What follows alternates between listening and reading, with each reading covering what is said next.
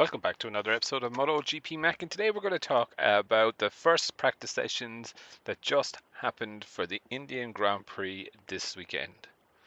Now, before we get into it, here is how they finished Friday.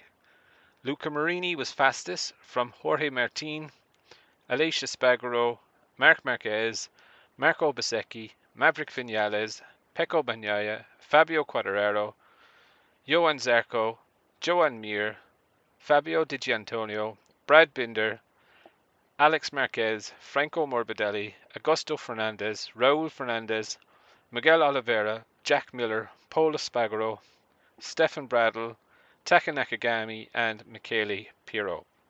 Now, the first experience of the Indian circuit was absolutely mega. It is a mega circuit in the way of how it's laid out. You know, that banked corner looks absolutely awesome. Definitely one of the corners I would love to ride. But you know, when I was looking at it, Pecco didn't seem to be so settled. The back of the bike looked very bouncy and getting away with him. You can definitely also see that the circuit is going to be hard on tires. My understanding is that they are running the tires that they were running in Austria to deal with the extreme heat and pressures that the rear tire especially is going to go through. Marini did a really good lap. Martin did set the pace, if I'm very honest. He looks really strong this weekend. Aleix Espargaro does look good. Had a little bit of an off into turn one. Just outbraked himself. Marc Marquez as well did a great session. Did look quite good.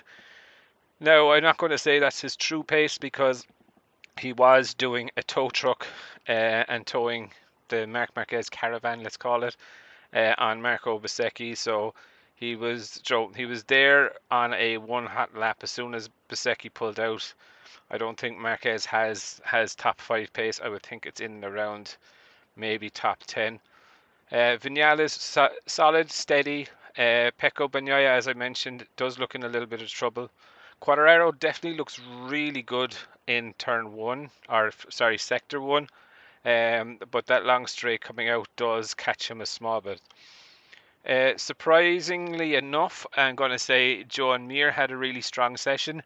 While he did do a good lap, he wasn't as close to Marquez in the caravan that Marquez does, but he was behind Bezzecchi and Marquez when he set the lap. So he did have a good gauge, I would call it. He is there on pace. This is probably, I think, his best Friday that he's had for Repsol Honda.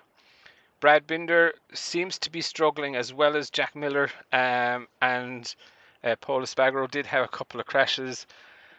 I think the major problem for KTM this week is going to be that rear tire. As we know, they struggled an awful lot in Austria with that rear tire, and I would expect them to continue to struggle this weekend, especially with that rear tire.